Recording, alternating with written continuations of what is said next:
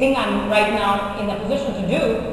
But at the same time, what I want to do is serve more customers. So what I did was, I took a lot of change, put it in a bag, kept it, and I trust my customers to take the accurate change. And it's a funny thing is that I find people taking accurate change, and in fact, I see them giving me more tip than they used to leave previously. You know, in that situation, it occurred to me that when we extend trust, people take that hand. When we show up as someone that's willing to take a risk, people are willing to engage. And there is just absolutely nothing as is inspiring as trust. Trust, in his case, not only increased the speed in which he was processing that line, but reduced his cost. Because now he didn't have to hire anybody to take care of processing the change. I'm going to speak about a little about the other side, when we have in the situation of distrust, when there's a situation when we lose trust with someone. What happens there? And by the show of hands, there we saw that people who have lost trust haven't been able to restore trust. One of these situations happened when we had the whole event of 9/11. We lost a lot of trust that day.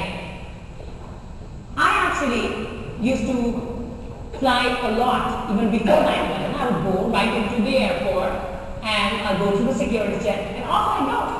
What happens now? You're going in to do hot strip to just go to the security line. Take off your shoes, take off your belt, and if you have a bangle, take that off, take your computer out. What a loss of speed. Plus, all of us in this room pay a 9/11 security tax. That, in this day and time, in the recession that we are, is an overhead. Why? Because we lost trust that day. So one such incident comes to mind is that I was traveling to Egypt. And this is not a work trip. I was just excited about traveling to Egypt because I was so fascinated by the ancient culture. And I go through the line and somebody says, you've been tagged. You know what that means? That you are going to be in a very high intensive security check. They're going to take your bags out, they're going to rip everything open, and then they're going to check your bag, and then you can never even have them packed like they were when you started out. And I asked them, what made you tag me? They said, we think Indians carry pickles. And I'm wondering, now there's something to think about. I'm like, all right, there are no pickles here.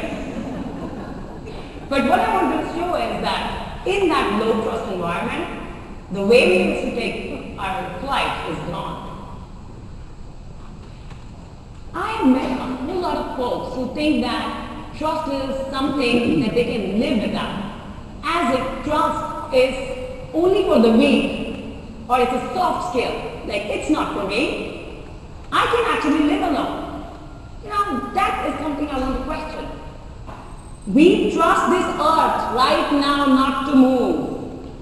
We trust the atmosphere to have the air. We have a relationship with trust the minute we're born. We trust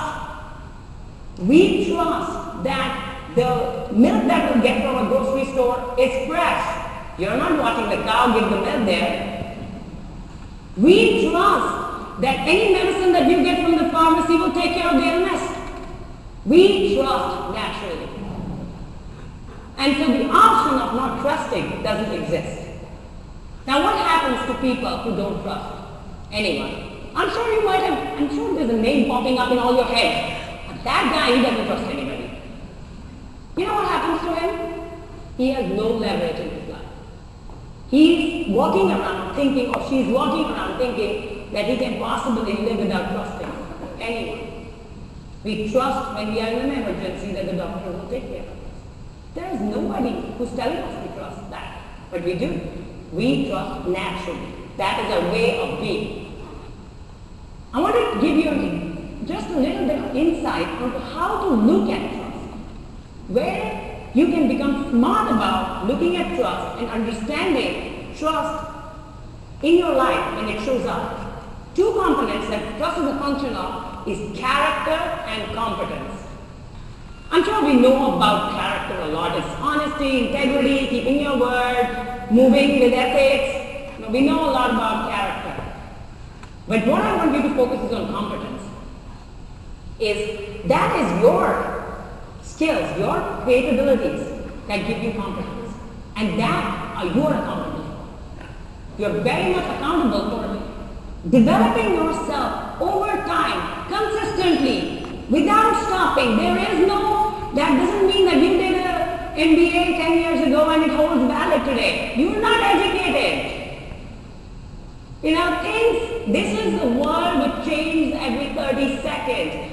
Women in technology are under the pressure of learning new protocols every single day. Men in technology are now understanding that flexibility in technology is being 24/7 available.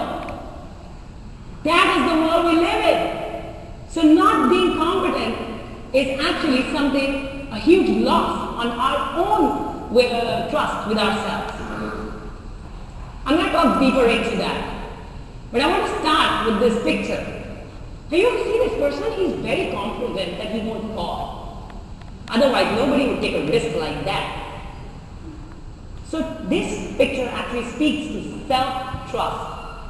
The trust that we have with ourselves.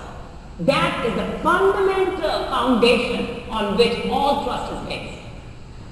Let me explain this with you an example. Now, I'm working on my second book, which is on the concept of global citizenship, where we are going